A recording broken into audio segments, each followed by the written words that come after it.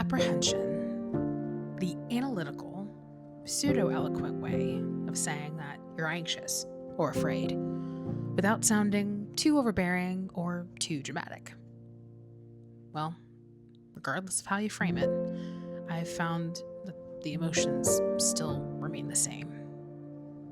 Recently, I went back through my journals from past 10 years. I found that the emotional turbulence always seemed to arrive just as Christmas came around.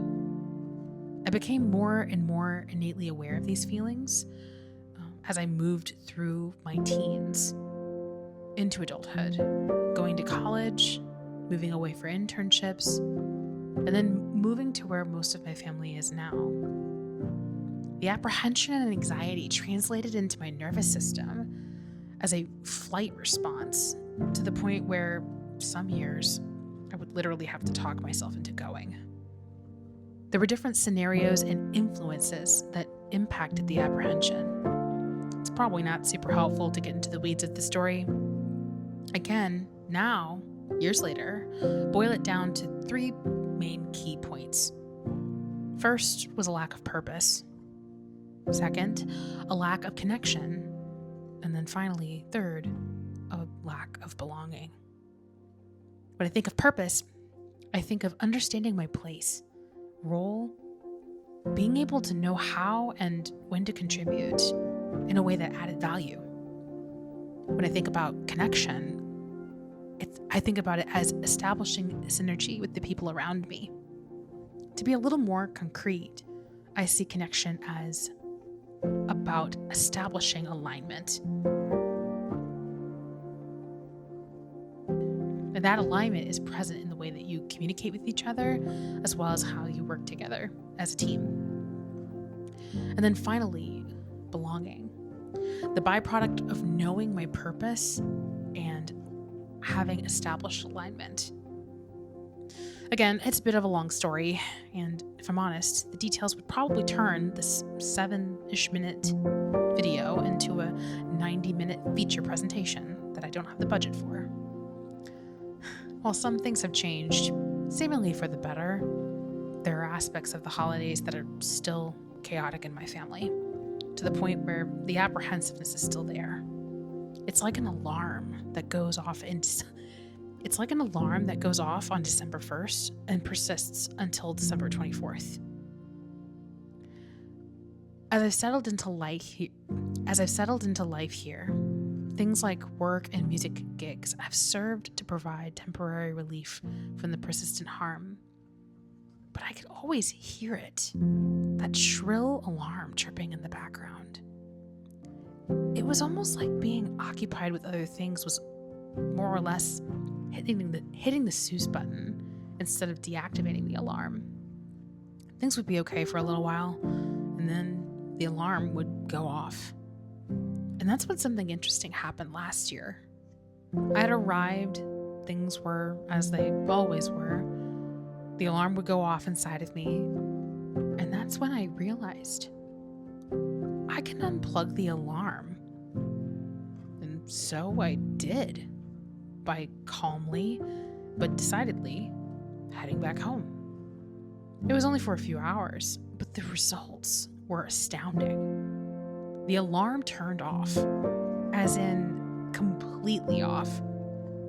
Fast forward to November of this year, I made the decision to not spend Thanksgiving with my family, spending it with my mentor and her family instead. I asked her, rather boldly, if I could also spend time with her family for Christmas as well. And to my surprise, she said yes. The alarm stayed off for Thanksgiving, and the alarm stayed off for most of December. There were moments, of course, where I questioned whether or not I was making the right decision. My brain told me that I was breaking the status quo, and my heart kept threatening the sensation of FOMO. But my nervous system, which is the alarm, was in a state of complete peace. Whenever the idea of FOMO was presented, my nervous system's response was almost a, "What do you mean? Fear of missing out on what?" And then my brain and heart would go into buffer mode. They couldn't produce a meaningful answer. A friend of mine from Make the Damn Video Challenge shared something beautiful last week. She said, saying no is a gift too. Her words prompted a question for me. In me saying no to Christmas with my family, what was I saying yes to? I soon discovered that me saying no to Christmas with my family was saying yes to purpose, saying yes to connection, and saying yes to belonging. And even more so, it was saying yes to peace, the antithesis of apprehension.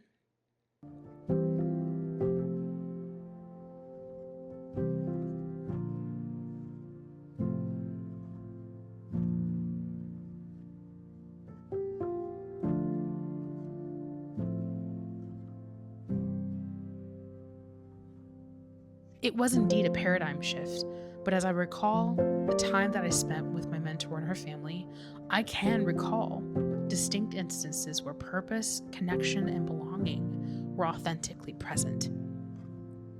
So, in conclusion, I will share these 3 lessons that I have learned. First, I am the keeper of the alarm, the device that is meant to protect me. I am responsible for establishing and maintaining things like my core values, which are linked to the alarm. Number 2, it's on me to listen and heed the alarm when values like purpose, connection, and belonging are not met. It is my responsibility, no one else's. Number 3, as my friend Brooke stated, saying no can be a gift. In this case, saying no was saying yes to a beautiful experience with another amazing family.